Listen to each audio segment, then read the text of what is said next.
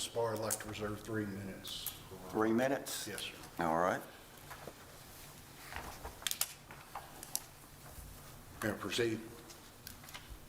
Your Honor, we're here today on a Rule 9 application that was granted out of a case in Memphis where the plaintiffs have filed suit against 2 medical providers and sought recovery for their claims, which they call fraud, misrepresentation, and unjust enrichment. When they filed their claim, let me just say when they filed their complaint, there are 3 things that are undisputed. Number 1, that the defendants, my clients, the appellants, are healthcare providers under 2926-101. They're healthcare providers.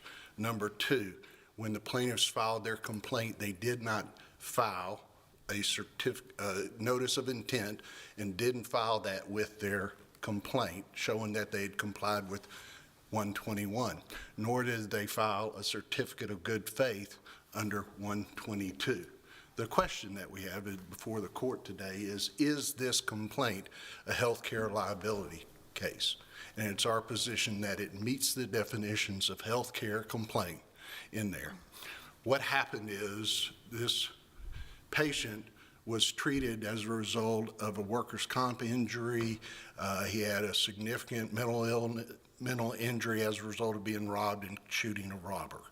So he sought treatment, and my client treated that for some period of time and is still treating today. Here's what happened. So she made billing, and they filed a complaint, and in their complaint, they say that the defendants frequently violated established standards of care, treated excessively, and billed for treatment without truthful basis for such document. They also allege that if the treatment is not provided, required for the patient's care, rehabilitation, such treatment is not medically necessary. Then they said the prevalence of such facts and the defendant's failure to abide by the accepted standards of care render the treatment unnecessary. And in each of their 3 counts, they reallege all of these facts that they've just put in there. And in number 3, their unjust enrichment, they allege that they knowingly performed services below acceptable standards of care. Our trial court ruled that it was not a Healthcare Liability Act. We filed an application for Rule 9, which she granted, and then we're here before Your Honor. This meets the definition of healthcare liability. What we have is a party claiming injury as a result of healthcare treatment. It's related to the care and treatment of this patient. Now, what they're going to argue is that these are business practices, and they rely on Dempsey versus Franks, which dealt with the difference between a healthcare liability and a Tennessee consumer protection. In that case, the court held there was a difference between business practices and practices of the treatment of the patient. But what the court in that case made clear, because it was a Tennessee Consumer Protection Act, that what they made clear is the plaintiffs in that case did not allege that that the doctor or the hospital had violated standards of care. Throughout their complaint, they talk about violations of standards of care. And the only way to prove a violation of standard of care is with expert proof. Under 2926-115, they've got to show what the standard of care in the community is, 2, that there was a deviation from that standard, and 3, that there was an injury as a result of that deviation. All 3 of those things are met in this case. The court said what we've got is they've alleged a deviation and they've alleged an injury. Now, what appellees are going to say is that the Rye case defined what an injury is in a healthcare liability, but what they didn't do is quote the first sentence immediately before that, and that's when someone's interest is affected, that's an injury. That's an injury. So what we've got is they're claiming injury as a result of billing practices which they say violated. What they don't say is that these business practices violated standard of care. What they say is our treatment of this patient violated standards of care. And there's a difference there, because they're not arguing that the billing practices violated standards of care. They're arguing that the treatment that's involved here violates the standard of care. Now, we know that Ellen Thorpe says that when the healthcare liability was passed, it cast a wide net over all cases dealing with healthcare providers. Cast a wide net. This case meets every definition of a healthcare liability act. And because of that, their failure to file a notice of intent and their failure to file a certificate of faith requires the case to be dismissed. Now, so the question is, how are they going to prove these allegations? The only way for them to prove those allegations are through expert witnesses. And those experts have to show what the standard of care is and that there was a deviation from that standard of care. Let me ask you this. Is that proof, or that form of proof, going to be required for every allegation or claim of their complaint? Well, they've alleged that, they've realleged all those factual bases that says that my clients violated the standard of care. And because of that, they have to be able to prove those allegations. Specifically in the unjust enrichment allegation, paragraph count 3, they specifically say we violated the standard of care.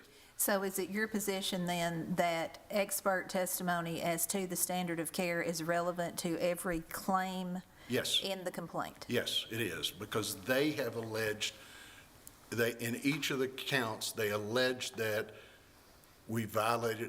my clients violated the standard of care.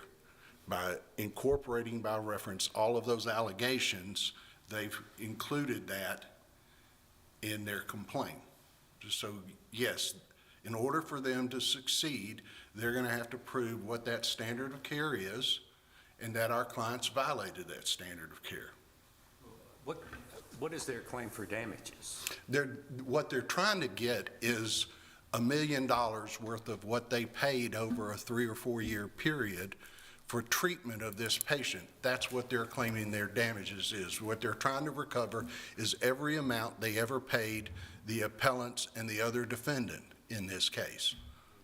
Would that be compensatory damages? Or how would you label? I'm wondering how the jury would measure the damages. Well, it's not real clear, Judge Ward. What they've said is that we're entitled to all our money back, is what they're asking the trial court to do, is every penny that we paid to these defendants, we want all our money back. So what we ultimately have is allegations that are against a healthcare provider that says she and her company violated standards of care, and as a result of those violations of standards of care of their treatment of the patient, they're entitled to damages. Now, and correct me if I'm wrong, because I've read the briefs, but obviously I haven't read the record. Are there not allegations, for example, that some treatment alleged to have occurred did not actually occur? that is in their complaint. That is correct. And I assume that you have to assume that those, for purposes of this 12B6 motion, you have to assume that those are correct. We have not answered the complaint yet because we filed an initial 12B6 motion, 12026 motion. So how would a claim along those lines require expert testimony as to a standard of care if the issue is the claim that they're claiming that treatment alleged to have occurred did not occur? But I don't believe a standard of care expert for that has to be done. And in fact, in all healthcare liability cases, there are times when there are other witnesses involved dealing with the facts and circumstances of the case. So that does not, I don't believe, would require expert proof. But they would have to say that we violated standards of care in the treatment of this patient by treating excessively or without any benefit for this patient. And what about fraudulent billing? Isn't there an allegation of fraudulent billing That as is well? one of their counts, but they've also alleged in that count that those, that we violated the standards of care for that treatment of that patient, and as a result, they're damaged. Okay, that's what's alleged in their complaint. Now, they've alleged that we had some fraudulent billing and we haven't answered the complaint, so we haven't had a chance to deny that. I agree. The issue that we've got is looking at the complaint as a whole. It sounds in healthcare liability. Now, what the defendants, what the appellees are going to ask is that basically you look at the gravamen of the offenses and see whether or not it's a healthcare liability act or not. Well, the gravamen of the offense, that was under the old standard of French versus Stafford. It's not anymore. Their allegation is going to be that, is that you have to look at each individual count. Well, if you look at the allegations that are attached to each individual count, you will see that there are allegations that say we violated standards of care in each of those three counts. And in order to prevail, they've got to have expert witness. That's assuming that all forms of damages are the same as a quote, injury. That's correct. And what's clear is you don't have to have the injury, you don't have to claim injury. Excuse me. My time is up. Thank you very much. Go ahead and answer the question. Excuse me. Go ahead and answer the question. The answer is that the injury does not have to be claimed by the patient in order for it to be a healthcare liability act. But there is a case, Igo versus Vanderbilt, where a damages case was held to be a healthcare liability act where the damages were not to the patient, but to the patient's spouse, which are different damages than damages to the spouse, than the patient. Thank you.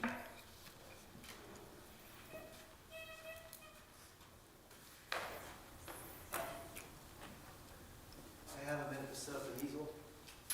Thank you.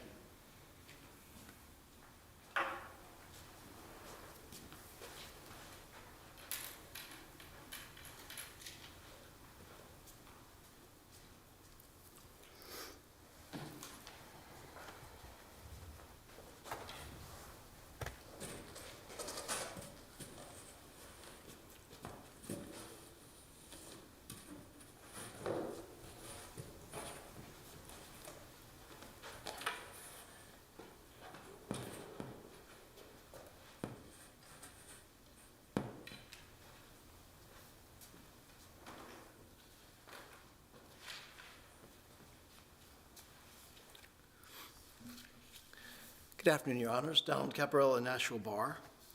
I represent three plaintiffs, BFI Waste Services, who is the employer of the plaintiffs insured, their workers' comp insurance company, and the third-party administrator, so three corporations. This is a case about fraudulent billing practices, not a healthcare liability claim, and we know this from the definition of the healthcare liability statute, and that's why I wanted to put it up here, because it's a mouthful to say every time, so I thought we could just look at it. Any civil action, including claims against the state or political subdivision, alleging a healthcare provider or providers have caused an injury related to the provision of or failure to provide healthcare services to a person, regardless of the theory of liability on which the action is based. This case is a claim against healthcare providers. It's related to, just barely, the provision of healthcare services. But there's no injury alleged here to a patient. Now you say, well, you don't see a patient up here. This doesn't say patient anywhere. But one of the ways you construe a statute, one of the most important ways, is you have to presume that the legislature was aware of the law that existed at the time they passed the statute. And in 2011, when they passed the new Healthcare Liability Act, they were aware of the definition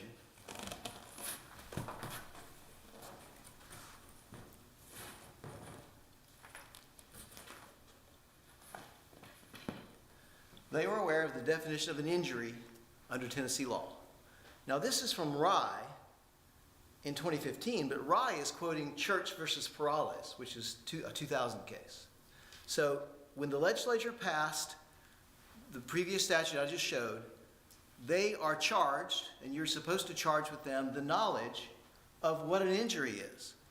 And here it says, any want of skillful care, well, an injury is any want of skillful care or diligence on a physician's part that sets back a patient's recovery, prolongs the patient's illness, increases the plaintiff's suffering, or in short, makes the patient's condition worse than if due skill, care, and diligence had been used, constitutes injury for the purposes of the Healthcare Liability Action. So they say we alleged an injury to a patient. Well, the patient in this case is the plaintiff's insured, the gentleman who is an employee. He's not a party to this case, and we have not alleged any injury to him that we're trying to recover for. So the plaintiff's insured, we're not saying that there was any want of skillful care that injured him. We're not saying that any of his illness was prolonged, or that the plaintiff's insured's situation his suffering was increased, or his patient's conditions was worse. You got to have a patient according to the definition of injury in Tennessee. So, and that's just the basic rule of construction. There are no claims anywhere in this case about the mental or physical injuries to the plaintiff's insured related to the healthcare services. Now, I put up here, I don't know if you can see it if it's too low, but I put up 3 of the paragraphs in our complaint. There was only 4 that they really talked about that use these phrases that sound to some extent like a healthcare liability claim. The defendant's purported treatment violated the standards of care in the medical community as services were not indicated, redundant, excessive, and repeated without any benefit to the patient. And then 83, violated established standards of care, treated excessively, billed for treatment. And then lastly, if treatment is not required for a patient's care, recovery, rehabilitation, such treatments are not medically necessary. Those are all measuring what a provider's doing. But nowhere does it say that the treatment was excessive and the plaintiff's insured was injured. It doesn't say that the violation of the standard of care injured the plaintiff's insured, and or that any redundant or excessive care injured the plaintiff's insured. Mr. Caparella,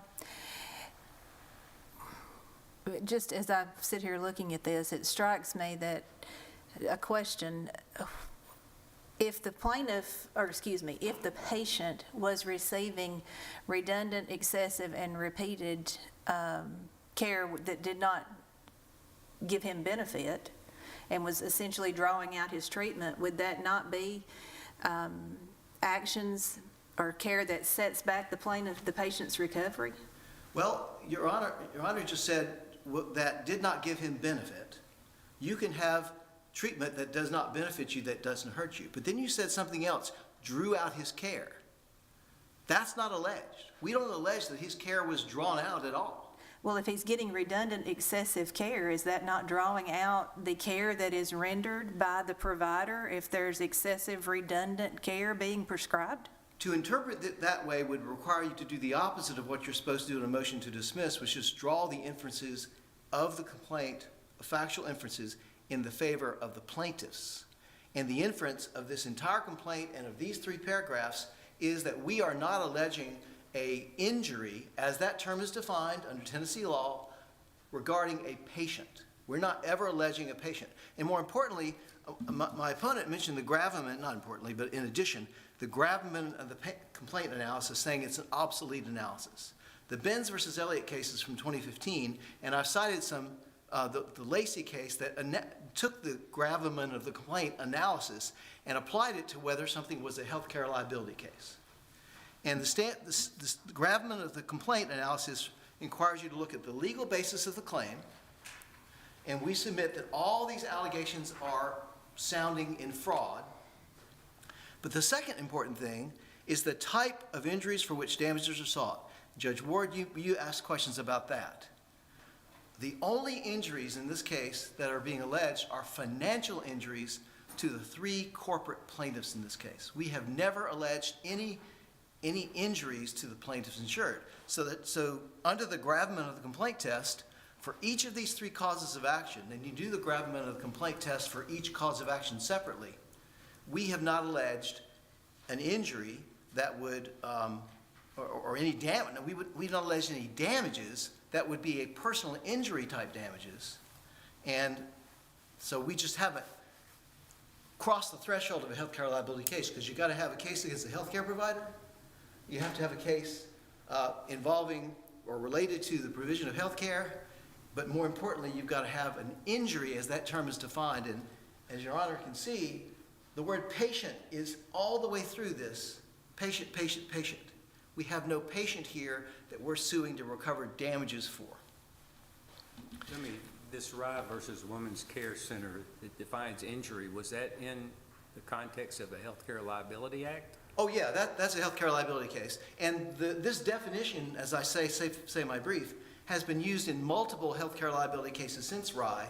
And Rye was citing Church versus Perales, a reported Court of Appeals case from 2000, that the legislature, when they passed the new statute in 2011, is charged with knowing the definition of an injury, but they chose not to define the word injury different from this. So therefore, when you're construing a statute, respectfully, you should include this definition. I want to point out a couple more things. There are a series of cases that I cited that distinguish between the business practices of a defendant and the professional practices of a defendant, of a healthcare provider. And we submit that they're very consistent with the idea that we have only challenged the business practices in fraudulent billing because that's all we're trying to recover. That goes under the gravamen of complaint analysis. We're under the gravamen of the complaint, or in this case, the gravamen of each of our three causes of action. As my opponent said, we're trying to get our money back that we fraudulently were induced to pay healthcare providers. We're not trying to get a penny for the plaintiff's insured. Whether his body or mind was injured by any of this healthcare is not part of this case. He's not even a plaintiff. And whether or not his healthcare was prolonged is not part of this case, nor have we alleged it. You would admit that in order to prevail on your theories, you will have to call an expert witness to talk about the standard of care. Not necessarily, and here's why. You bill for workers' comp benefits under a Medicare-type code situation. I don't know if you've ever heard the concept of upcoding. And so if you claim that we did this procedure and you should pay us for it, but your procedure violated the standard of care, you might, we don't say this, you might have violated the standard of care just because the procedure is so outside of the norm that it would violate the code for billing, but may not violate the applicable standard of care for injuring a patient. It's really too soon to know exactly what we would need for proof. But there's another way of thinking about that I think solves the problem here. There's a second certified issue in this case, which we submit you don't need to even address if you agree with us that if you take all our allegations as true and resolve all the inferences in our favor, that this is not a healthcare liability case. So the second certified question shouldn't come up. But let's say you do like the trial court did and say, well, it's a 137-page complaint. You claim there's something in here that alleges an injury to the plaintiff's insured. I don't think that you did, but just in case, I'm going to deny your motion to dismiss, but bar all claims that might say that the plaintiff's insured's body or mind was injured. I'm going to bar those. And that's consistent with the two Lacey cases, Lacey versus Mitchell and Lacey versus Vanderbilt. In that situation, there was a claim, well, I'll just go with the first one, I'll go with the second one. It's the same plaintiff, but two different defendants. The second claim was against Vanderbilt, and she alleged that she had been negligently diagnosed. And she also alleged that she'd been beaten up when she was lying in her bed or when she got out of her wheelchair. And the trial court and the Court of Appeals, well, I don't remember what the trial court did, but the Court of Appeals found that, well, negligent diagnosis is a healthcare liability case. So we're going to say that you have to comply with that. But getting beat up by some orderlies or EMTs or whatever is not a healthcare liability case. And we're not going to dismiss a non-healthcare liability case for not complying with the healthcare liability action. That would be illogical. So it allowed the non-healthcare liability claim to go forward. And that's what the trial court did in an abundance of caution. If somehow somebody would interpret this to say that we are claiming an injury to the plaintiff's insured, we were not, and the trial judge barred any claims for us to recover ever for any personal injuries to the plaintiff's insured in this case. So she took care of it in advance. So there's no risk to the other side that they're going to be defending a healthcare liability case. There are lots of cases that involve expert witness and standards of care that are not healthcare liability cases. And what we'll probably end up doing with this case is trying to prove our insurance fraud case, which is really all we're trying to prove because we're not trying to recover anything for the plaintiff. One last piece. As I was preparing for the oral argument, I read something I didn't put in my brief, but I think it's relevant. The definition of economic damages in personal injury cases, 29-26-119. And obviously, if you were to say this is a healthcare liability case, which I hope you don't, you'd go to economic damages because there's no non-economic damages that the plaintiffs in this case would be trying to recover, right? Here's the definition of economic losses. Economic losses means the financial costs incurred by the claimant by reason of the personal injury, including the cost of reasonable and necessary medical care, rehabilitation services, and custodial care. That's 29-26-119. That is another statute on tort law that makes it very clear that if you want to get personal injury damages under the tort law in Tennessee, it has to be personal injuries, and a corporation can't be personally injured. So this supports my argument in addition that when you have an injury, it has to be a patient that's injured, and there's no patient that's been alleged to have been injured in this case. Rather, the patient got health care, and the people that paid for that health care got injured. Now, they mentioned the IGU case or something like that. Well, yeah, there are times when a consortium, a spouse or consortium plaintiff who was not injured can recover in health care liability, but it's derivative of somebody else that did get injured. Their spouse or their child or something like that. And so that's not really analogous to the situation here because there is no allegation that the plaintiff's insured was ever injured in this case. So we ask that you affirm the trial court completely and remand this case to the trial court to continue on with the insurance fraud case, which is what this is. I also had paragraph 117, which just says the same thing, so. Let me get out of your way.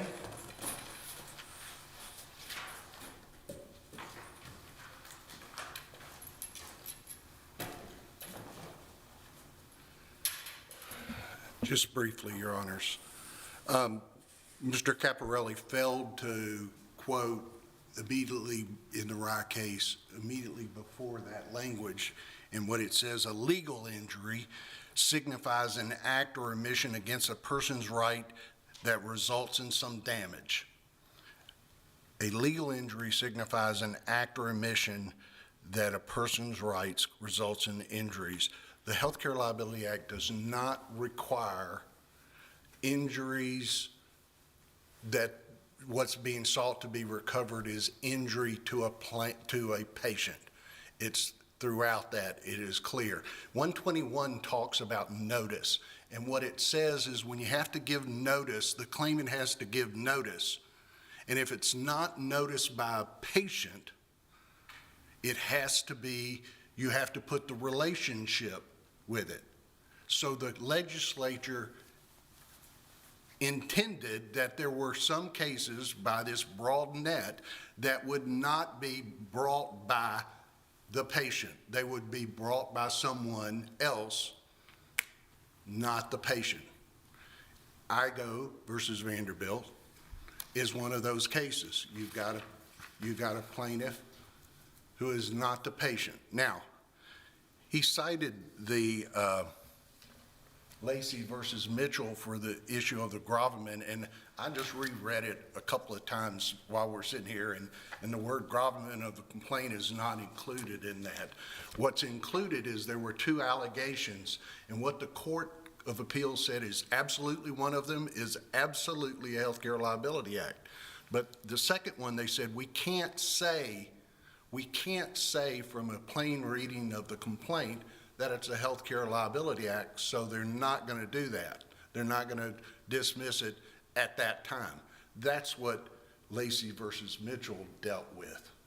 So if you look at these allegations, violated standards of care, they violated standards of care in the excessive and duplicative treatment, and yes, Your Honor, McGee, that's correct. That's an injury to the patient because it prolongs his recovery, and that's what they've alleged.